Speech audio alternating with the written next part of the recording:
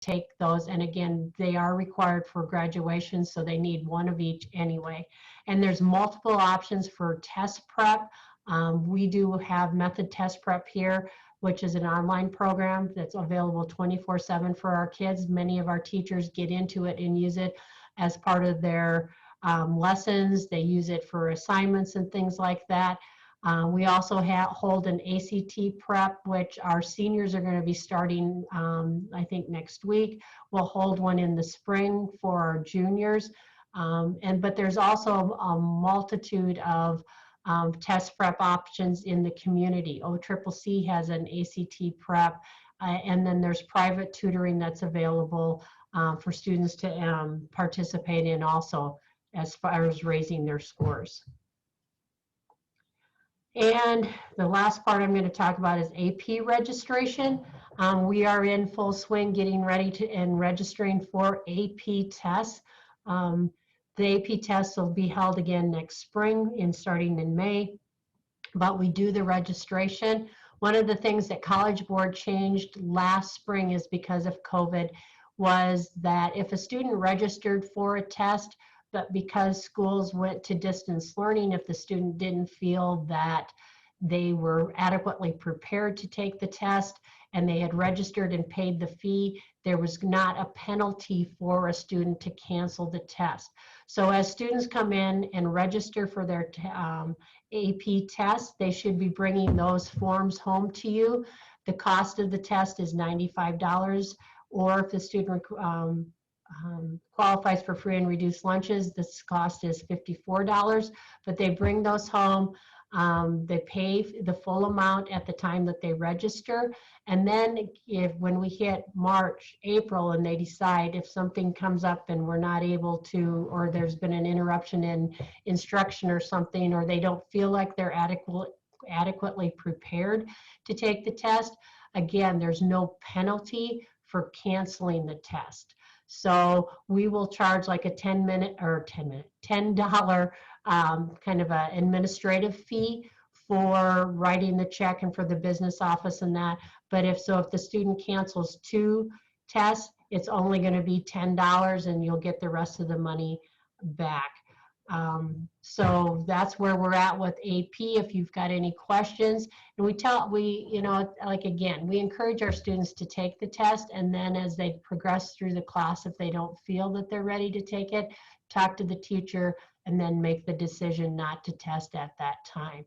As far as students start looking at taking AP tests, if they have colleges that they're looking at already, check to make sure what is their AP credit transfer policy, and I have the website below where you should be able, when Mallory sends this out, you should be able to just click on that, look at the college that the student's interested in, and just see how AP scores will transfer. And just some statistics from last spring. In 2020, we had 119 students took 218 exams, which is a record, I believe, even under COVID, where students were testing at home, online. We still had a record number of students taking the test. 66% of our students, so 79 of the 119 students received a score of 3 or higher on at least one exam taken. I don't know why I have percentage on there, but okay. And then, so the class of 2020, there was 16 AP scholars, 2 AP scholars with honors, 3 AP scholars with distinction. This class of 2021, there's 1 scholar, AP scholar. There's 3 actually AP scholars with honors, and we do have 1 junior that is already reached the designation of AP scholar with distinction. But as you get the information for your testing, or if you have any questions about testing, don't hesitate to just call the office, talk to either Mallory or I. We'll be happy to share with you any advice that we can give. So I'm going to turn it back over to Mallory. Awesome, thank you. Yes, it's crazy. We were just talking about how it's already October, so we'll be holding our meetings with junior families here in just a few months. So that'll be really exciting to be able to maneuver that process. To answer a question really quickly, how does someone become a scholar with honors and with distinction? It all depends on how many tests you take and what score you receive on that test. And so I honestly can't tell you off the top of my head what those are of how many tests and what score, but the more tests you take, and if you get a 3 or higher on so many of the exams, you kind of can go up the ladder from being an AP scholar, a scholar with honors, and then with distinction. So I hope that answers your question. So I'm going to talk a little bit just about the college process. As Donna said a while ago, everything is really just kind of changing. And so we are trying to keep up with the times. And it's a little difficult right now because every college is doing their own thing and every student is doing their own thing. So it's a lot of colleges to navigate, to figure out, who's doing what and what do you need to do. So luckily for the juniors, now is a perfect time to really start building that college list. The seniors have started the process, especially in this COVID times, it's complicated for them, but hopefully by the time our juniors now are in their senior year and ready to start applying, they have everything that they need and the world is normal again and all will be well. But it's important to know as juniors, the college application, like actual application process, starts August 1st of their senior year. Most applications will open August, September, sometimes even in July, which is really crazy to think about, but that's less than a year away. So we want the students to really start looking at all of these factors and choosing a college and identify what's important to them. Right now they may have a list of 10 or 15 schools, which is totally fine for now. And then as they start learning more and figuring out, what their interests are and what they want to major in and how far away from home they want to go, they will start narrowing that list down a little bit. We often find, especially with location, the students will say, oh, I want to go as far away from home as possible. I want to get away. And then they start realizing all of those factors and like you may not come home very often, or you may only get to come home for Thanksgiving and Christmas. And that kind of resonates a little bit as they think about it. And it may kind of decrease that list as if they've had schools that were far away. So those are things we talk with the students about. We talk with the seniors especially. We want to get this conversation started with the juniors, and we do that in their theology classes and in different areas, but we just want to make sure that they're thinking about it and that they're exploring their post-secondary options. It doesn't have to be college. We're talking a lot about college, but we realize that students go on to the military or students go to a VOTEC or a vocational school and kind of go a specific path, and that is absolutely wonderful, and we support all of those things. It's just the majority of our students do go on to at least a 2-year or a 4-year school. So that's kind of what we hit on. So we talk with them about thinking of the reasons why they want to go to college. Are they ready? Do they need to maybe consider a gap year, which is pretty common, taking that year off just to figure out, to mature a little bit, or maybe figure out what they want to do, and then they start school. Maybe they work or get an internship or something like that, and then start school later. So we talk to the kids about all of those things and make sure that they know that those are options. What we don't want is a kid just to go to college right after high school because they think that that's what they have to do, and really that's not the best path for them. So we'll maneuver that, as the students get to that point. Something that we really encourage when building that college visit or college list is going on college visits. So especially this year, I know with traveling, it can be kind of difficult, but most of the schools are still offering, especially the Oklahoma schools at least, are still offering in-person visits, junior day, senior days under limited capacity and social distancing. And so we encourage those. If a student can get on campus and get familiar with the school, that's really the best way to figure out if that's going to be a good fit for that that individual. We always say just the difference between OU and OSU is very different, even just UCO and OCU and just all of the local schools. And so that's going to be the same for schools out of the state as well. So anytime you can get on campus and visit a school, we highly recommend that. The students get 2 free college visits. And so if there's a day where, you get to go on campus and you need to take a day from school, we can certainly work with you there. But getting on college campuses and really getting a feel for the campus is great. We do have multiple college visits going on this semester in particular. We pretty much have one every single day, if not 2. I think the admissions representatives are taking advantage of the virtual opportunities. And so today we have Vanderbilt, tomorrow we have Alaska, and then we have some really great schools next week too. So encourage your students to take advantage of those. The college admissions representatives that do those tours are going to be a lot of times going to be the ones that are reviewing your applications. And so it's really good to make that connection with them, and they can offer opportunities that maybe you didn't know about, or maybe your student didn't know about, if they have that personal connection. And so we encourage the students to get on these visits, or if they're ones, hopefully we'll get to have them in person again, and meet the representatives, because a lot of times they have the insight, or they do, not a lot of times, they do have the insight that we just don't have on that particular school. So it's really great. Yesterday we had University of Notre Dame, and they actually had, which was a genius marketing tool, they had 2 of our former Mount students on the Zoom call. And so our Mount students that are at Notre Dame got to talk with our students that attended the visit and just talk about what it's like from being a Mount student to a college student at Notre Dame, which I thought was outstanding. So hopefully other schools pick up on that too. Just to answer your question, how scholarships apply if a student takes a gap year, it just depends on the school. Sometimes what you can do is defer your admission for the following year if you have applied.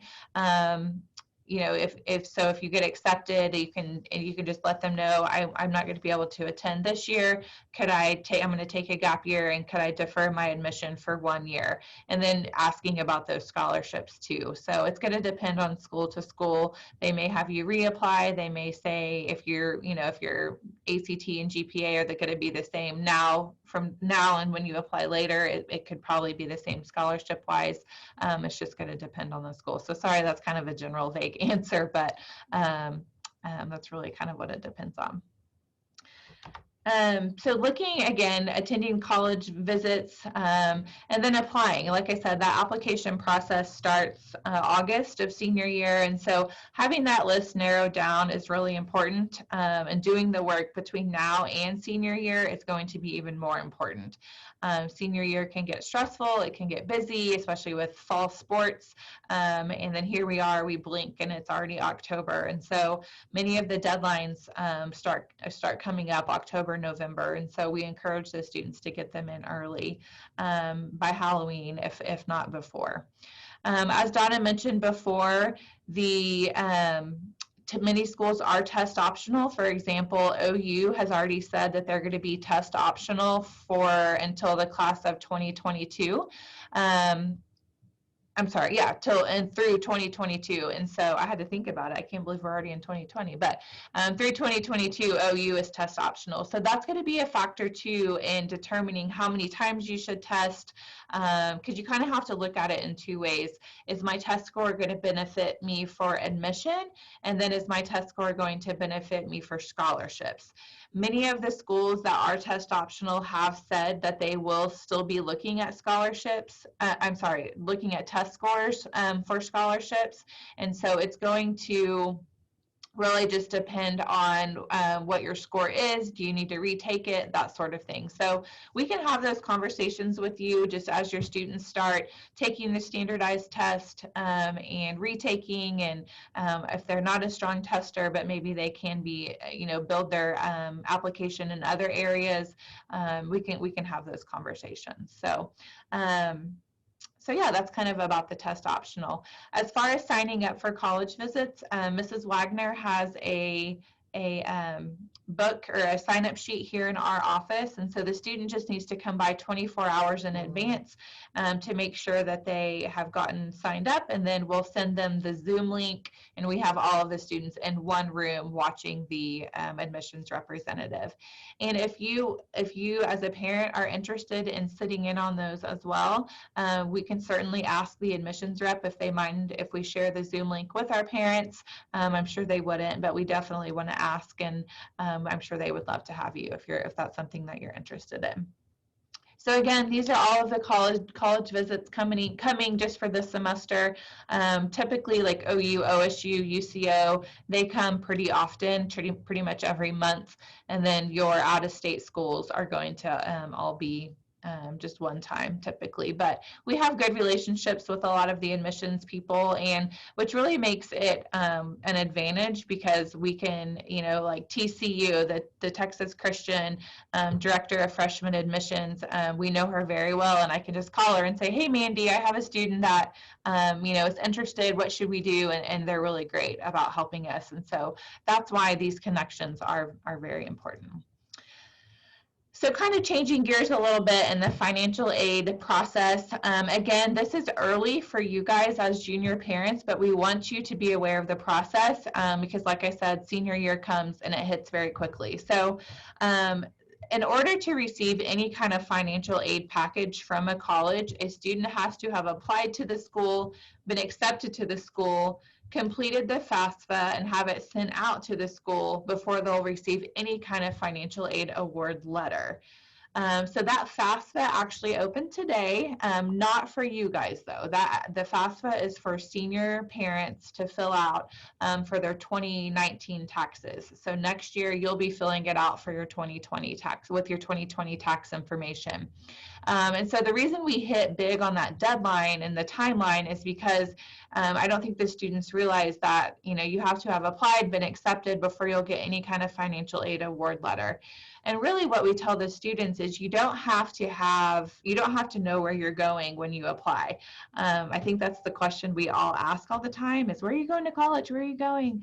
But they don't know, and it's okay. And they don't have to know until they get the financial aid package back. They look at all of the grants and scholarships they were offered. They look at the loan to debt ratio and how much it's going to be to attend that school, and making the best financial option for them. And that cannot be until February, March, April. And so we try not to push the students on asking where they're going to go to school, because it stresses them out, and I'm sure it will stress parents out too. But we do want them to be aware of the timeline and how things go. So as far as financial aid options, we kind of look at it in three areas. You can, whenever the students start applying for their colleges, you're going to be offered scholarships from that particular school. Sometimes that scholarship application is the same as the application for admission, and sometimes it is not. And so we have to make sure the students know when those deadlines are, the application for admission deadline as well as the scholarship deadline. And those are going to be merit-based, they're going to be leadership-based, they're going to be departmental. So for example, maybe a student is applying to the College of Engineering, and so the engineering school may offer a few $1,000 scholarships here and there, or maybe they're going to do music or play in the band or something like that. So those are all at kind of the departmental level, and then of course you have merit and leadership too. So those are the kind of the ones that are at the school. The second option are the scholarships or the grants. Really, it's grants and financial aid that you're going to get from filling out the FAFSA. So the FAFSA, like I said, is the free application for federal student aid. It opens up August 1st of your student's senior year. And it's going to, after you complete all of your information, which is a lot of information based off of your taxes, it's going to generate what they call an expected family contribution. And there's a lot of things that they take into play that determines that EFC, how many students you have in college, all kinds of things. And so what they then do is they take your expected family contribution, and they subtract it from the cost of attendance at the school, and that's going to be your financial need. That's how much you need to be able to go to that school. So from there, they then award each of the students a financial aid award letter that consists of Pell Grants. It may consist of like a state need-based grant, like the OTAG or the OTEG, loans, and work study. And then you have your outside scholarships too. Not necessarily in the letter, but you have those on the outside, all hoping to meet that financial need. So we could talk about this for hours, but that's just kind of the gist and the basics of how the financial aid process works. It's important to ask whenever you're getting information about colleges, how much of the financial need that they meet. I've heard before, colleges will say, well, we meet 100% of the student's financial need, which sounds awesome. Like, I would want to go to a school that meets 100% of the financial need. But then you start breaking it down, and really the need that they're giving you is 100% loans. So you don't want to go to that school if you have a school B that's offering you grants and scholarships and things that you don't have to pay back, whereas the loans you do. So ask about the terminology, make sure that they're being very transparent with you about filling those gaps and getting you the best financial aid package that you can. Another thing that I always like to mention with the FAFSA, and we'll mention it over and over, is the financial aid process, I guess, is colleges will work with you. So like for this year's seniors, maybe last year they had a really great year, and then 2020 came and it's affected many of us. And so having those conversations with the financial aid offices, hopefully they'll take all of those things into consideration and try to find the best financial options for you, depending on your situation. So we just like to make that transparent as well. And then the last option is applying for outside scholarships. And so you have your local scholarships through maybe a bank or the Oklahoma City Community Foundation or the Lions Club, Rotary, maybe your work and employer, being Native American or Hispanic or something like that.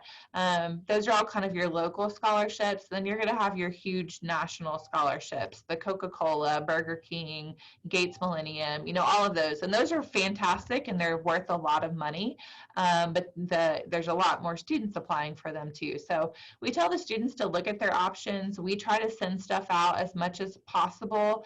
We just got one the other day. They just write an essay and submit it, and it puts them in the running for a scholarship. So we try to get those to the students. It's just making them do it is the hard part.